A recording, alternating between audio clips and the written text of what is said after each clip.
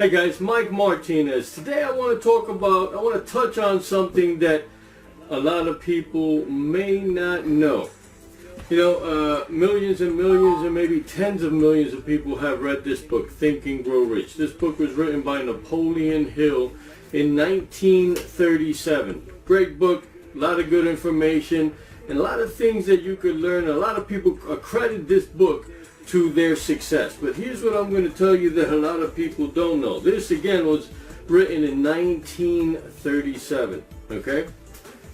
This was actually Napoleon Hill's first book, The Law of Success, written in 1927. You see this? You see that, right? So, 1927. This is the first book that Napoleon Hill wrote. And what a lot of people don't know is, number one, it's the first book he wrote. Number two is that this book was taken out of the market because of a lot of pressure from local businessmen that were running at that time. High-level business people. I'm not going to mention any names, but there were some really high-level business people that wanted this information to be taken out. 10 years later, you get a watered-down version of that, right? Think and Grow Rich, which still, had tremendous power and tremendous, gifts to society by showing people those principles in Think and Grow Rich. But I'll tell you, this right here was the key to what Andrew Carnegie had taught Napoleon Hill about success. And here's what I'm going to tell you about that. Very, very interesting. One of the key principles that Andrew Carnegie taught Napoleon Hill about this secret to getting success was that the brain was a sending and receiving station for thought vibrations. All right? This is Andrew Carnegie teaching this principle to Napoleon Hill, that the brain is a sending and receiving station for thought vibrations. Now, at that time, Andrew Carnegie was a billionaire, the first billionaire in America, right? And probably the first billionaire in the world. But he was, and you know what? He was a guy that effortlessly success used to come at him.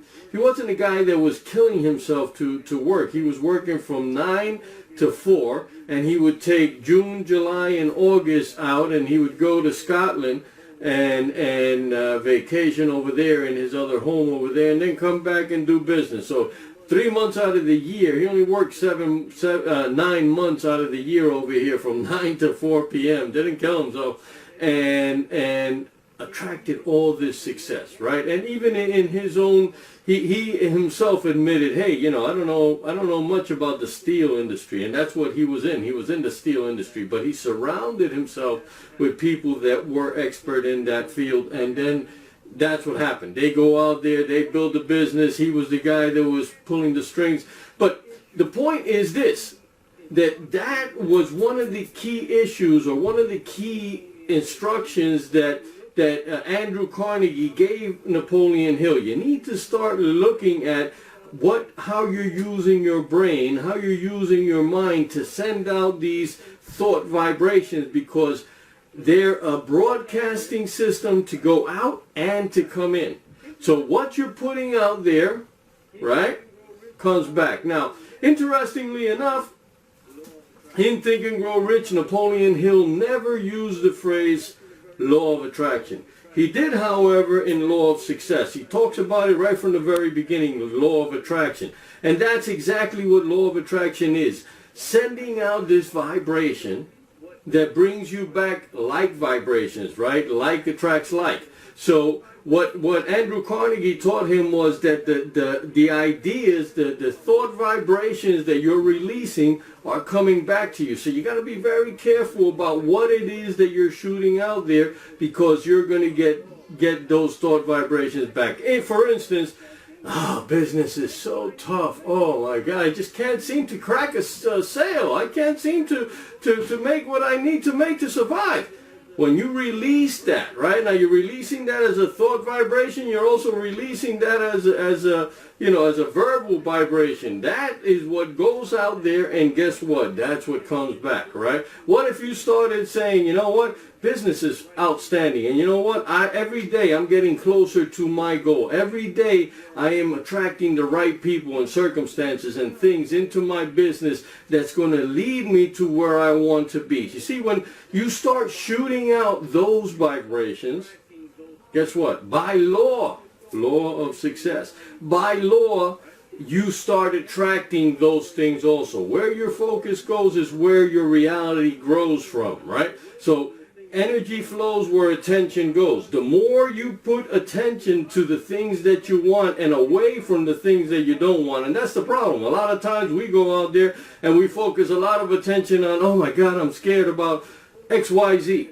And what happens? XYZ happens. So we need to start focusing our attention, focusing our energy, focusing our minds to exactly what it is that we want so that we can start attracting those things. That is the key, and that is what this message is all about.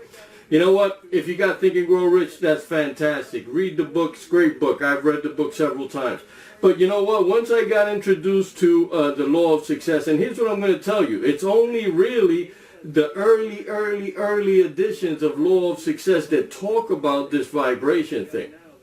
Actually, in Think and Grow Rich, they used to have a lot more information about the vibration things than they got now. That has been eliminated, right? Interestingly enough, right, in the Law of Success, one of the prosperity laws was you need to save money. Right? That was one of the reasons why they took the book out, because they said, how are you telling people not to spend their money? We're trying to get their money, right? So the business people said, hey, no, that's not cool. Do you find saving money in Think and Grow Rich? No, it's not in there, guys. So very, very interesting what happened there. There was actually an attempt on Napoleon Hill's life, right? There was somebody that was actually shooting at him with a gun. So those are things that a lot of people don't know. He faced a lot of pressure when he released this Law of Success up. A lot of people said, no, we don't want the average person. Remember, this is at the turn of the 19th century where it was the industrial age, where they just started making these big factories and these big workplaces. Prior to that, people were working from home, right? The original, in early 1900s, 1800s, people would do business from home. They would trade, they would sell, they would do whatever. And then these big industrial companies came out, the Fords and the steel magnates and, the oil industry. That came out, and then they started grabbing people to start working outside of their home.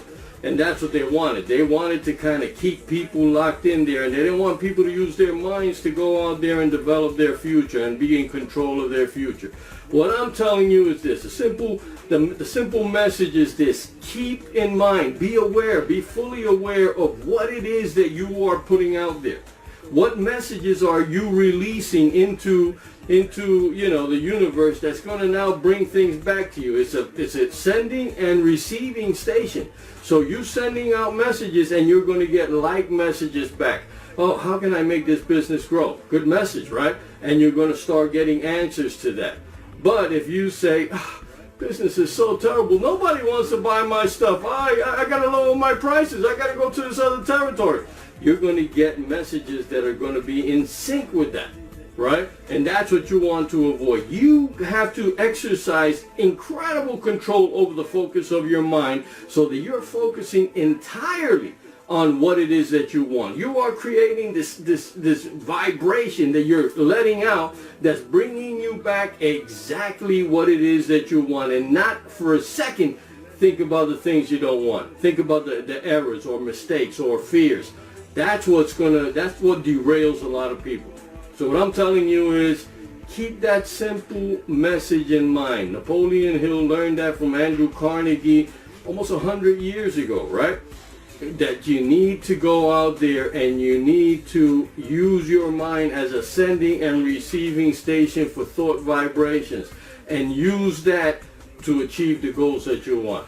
My name is Mike Martinez. If you like this message, comment, share, and let me know what you're thinking. But irregardless of everything, go out there and make it happen. Make it happen by having absolute control of your mind, knowing what it is that you're focusing on, knowing the vibrations that you're letting out, and making it work for you.